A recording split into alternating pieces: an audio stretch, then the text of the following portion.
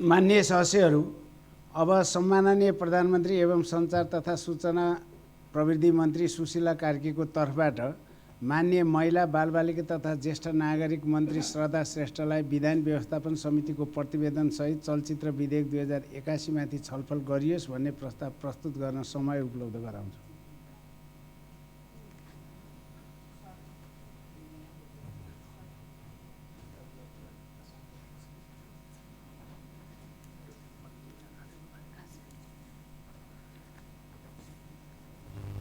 सम्माननीय अध्यक्ष महोदयको अनुमतिले विधान व्यवस्थापन समितिको प्रतिवेदन सहित चलचित्र विधेयक 2081 माथि छलफल गरियोस् भन्ने प्रस्ताव यस सम्मानित सभा समक्ष प्रस्तुत गर्दछु। धन्यवाद।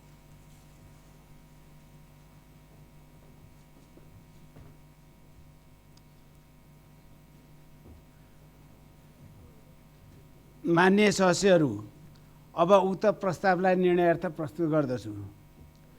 यो प्रस्तावको पक्षमा हुने मान्य सदस्यले हुन्छ भन्नुहोला र यसको विपक्षमा हुने मान्य सदस्यले हुन्न भन्नुहोला। यो प्रस्तावको पक्षमा हुने मान्य सदस्यले हुन्छ भन्नुहोस्। यो प्रस्तावको विपक्षमा हुने मान्य सदस्यले हुन्न भन्नुहोस्।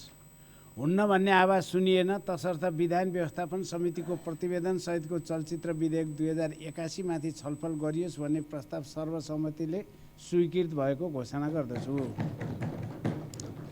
माननीय सदस्यहरू, अब सम्माननीय प्रधानमन्त्री एवं सञ्चार तथा सूचना प्रविधि मन्त्री सुशीला कार्कीको तर्फबाट माननीय महिला बालबालिका तथा ज्येष्ठ नागरिक मन्त्री श्रद्धा श्रेष्ठलाई छलफलमा उठेका प्रश्नहरूको जवाफ दिन समय उपलब्ध गराउँछु।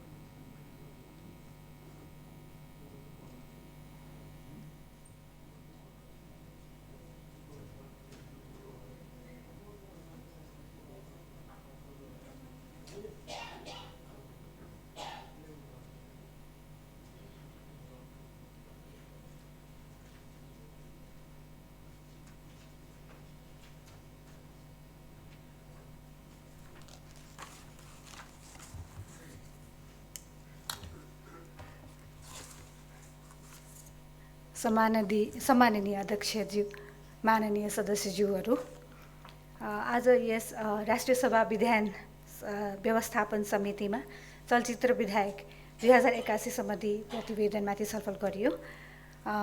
माननीय सदस्यज्यूहरूबाट उठाएका जिज्ञासा तथा चासोप्रति हार्दिक धन्यवाद व्यक्त गर्दछु र यस उठाइएको प्रश्नको यथाचित तथ्यपरक र स्पष्ट जवाब दिनको लागि प्रतिबद्धता पनि व्यक्त गर्दछु।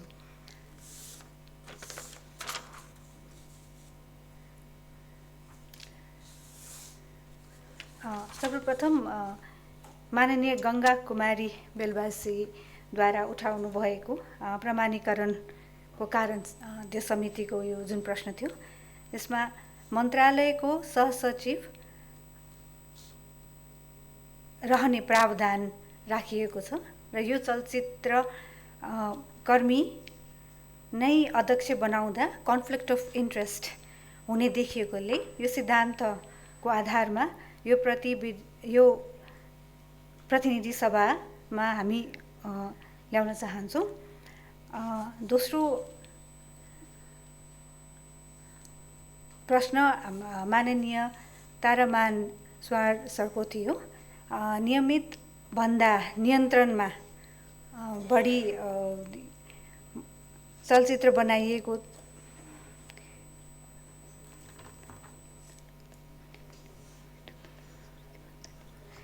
यो सम्बन्धी हामीले छलफल गर्दा चाहिँ यो चाहिँ कुन मन्त्रालय अन्तर्गत राख्ने भन्नेमा हामीले यो सञ्चार मन्त्रालयले यो अन्तर्गत राख्ने भन्ने छ। पर्यटन तथा संस्कृति मन्त्रालयमा पनि राख्नुपर्ने व्यवस्था पनि यसमा छलफल भइरहेको छ। आदरणीय सभालाई म के भन्न चाहन्छु भने म सम्बन्धित मन्त्रालयबाट नभएको हुनाले हाम्रो सहसचिवज्यूले चाहिँ यो टिप्पणी अन्तर्गत जति पनि प्रश्नहरू उठिएको छ त्यसमा चाहिँ लेखिदिनु भएको थियो। मलाई त्यही भएर यो सम्बन्धी थप यसमा चाहिँ यसमा छलफल गर्नुपर्ने भए म पुनः एकचोटि उहाँसँग सोधेर चाहिँ म यहाँ राख्न चाहन्छु भन्ने म गर्न चाहन्थेँ। एकचोटि सोधेर है हजुर एकचोटि गएर मलाई 5 मिनट म यहाँ एकदम क्षमा प्रार्थी छु है मलाई चाहिँ एकैचोटि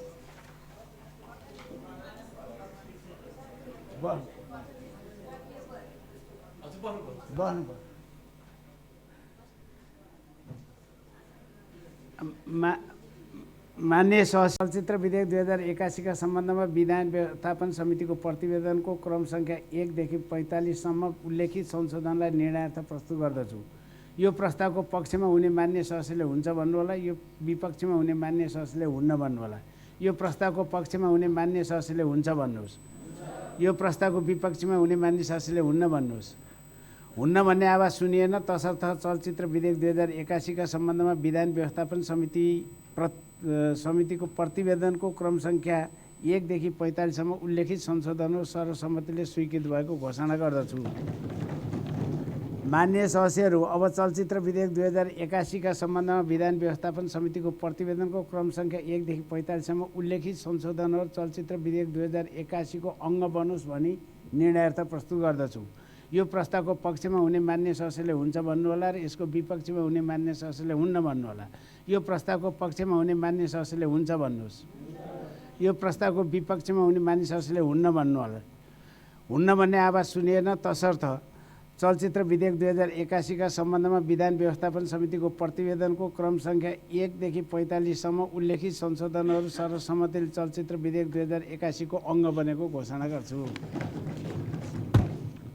मान्य सदस्यहरू, अब विधेयकको दफा 2 देखि 53 सम्म चलचित्र विधेयक 2081 को अङ्ग बनोस् भनी निर्णयार्थ प्रस्तुत गर्दछु। यो प्रस्तावको पक्षमा हुने मान्य सदस्यले हुन्छ भन्नुहोला र यसको विपक्षमा हुने मान्य सदस्यले हुन्न भन्नुहोला। यो प्रस्तावको पक्षमा हुने मान्य सदस्यले हुन्छ भन्नुहोस्। यो प्रस्तावको विपक्षमा हुने मान्य सदस्यले हुन्न भन्नुहोस्। हुन्न भन्ने आवाज सुनिएन तसर्थ विधेयकको दफा 2 देखि 53 सम्म सर्वसम्मतिले चलचित्र विधेयक 2081 को अङ्ग बनेको घोषणा गर्दछु। मान्य सदस्यहरू, अब विधेयकको प्रस्तावना र नाम पढेर सुनाउँछु। प्रस्तावना: चलचित्र क्षेत्रलाई सामाजिक, सांस्कृतिक र मनोरञ्जनात्मक उद्योगको रूपमा विकास गर्न, चलचित्रलाई कलात्मक, शिक्षाप्रद र सृजनशील बनाउन तथा प्रतिस्पर्धी प्रविधिको विकास मार्फत चलचित्रको विकास, विस्तार, प्रवर्धन र नियमन गर्न चलचित्र सम्बन्धी प्रचलित कानुनलाई संशोधन र एकीकरण गर्न वाञ्छनीय भएकोले सङ्घीय संसदले यो ऐन बनाएको छ। संक्षिप्त नाम र प्रारम्भ: 1. यस ऐनको नाम चलचित्र ऐन 2082 रहेको छ। 2. यो ऐन प्रमाणीकरण भएको मितिले 31औं दिनदेखि प्रारम्भ हुनेछ। मान्य सदस्यहरू, अब विधेयकको प्रस्तावना र नाम चलचित्र विधेयक 2081 को अङ्ग बनोस् भनी निर्णयार्थ प्रस्तुत गर्दछु। यो प्रस्तावको पक्षमा हुने मान्य सदस्यले हुन्छ भन्नुहोस्। यसको विपक्षमा हुने मान्य सदस्यले हुन्न भन्नुहोला। यो प्रस्तावको पक्षमा हुने मान्य सदस्यले हुन्छ भन्नुहोस्। यो प्रस्तावको विपक्षमा हुने मान्य सदस्यले हुन्न भन्नुहोस्। हुन्न भन्ने आवाज सुनिएन तसर्थ विधेयकको प्रस्तावना र नाम सर्वसम्मतिले चलचित्र विधेयक 2081 को अङ्ग बनेको घोषणा गर्दछु। मान्य सदस्यहरू, अब सम्माननीय प्रधानमन्त्री एवं सञ्चार तथा सूचना प्रविधि मन्त्री सुशीला कार्कीको तर्फबाट माननीय महिला, बालबालिका तथा ज्येष्ठ नागरिक मन्त्री श्रद्धा श्रेष्ठलाई चलचित्र विधेयक 2081 लाई पारित गरियोस् भन्ने प्रस्ताव प्रस्तुत गर्न समय उपलब्ध गराउँछु।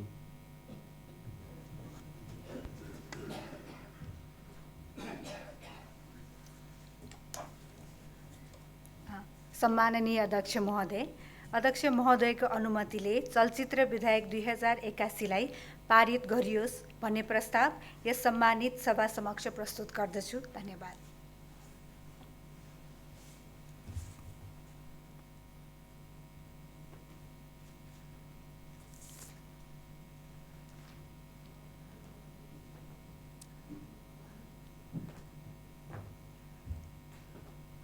मान्य सदस्यहरू, अब उक्त प्रस्तावलाई निर्णयार्थ प्रस्तुत गर्दछु। यो प्रस्तावको पक्षमा हुने मान्य सदस्यले हुन्छ भन्नुहोला र यसको विपक्षमा हुने मान्य सदस्यले हुन्न भन्नुहोस्। यो प्रस्तावको पक्षमा हुने मान्य सदस्यले हुन्छ भन्नुहोस्। यो प्रस्तावको विपक्षमा हुने मान्य सदस्यले हुन्न भन्नुहोस्। हुन्न भन्ने आवाज सुनिएन तसर्थ चलचित्र विधेयक 2081 लाई पारित गरियोस् भन्ने प्रस्ताव सर्वसम्मतिले पारित भएको घोषणा गर्दछु।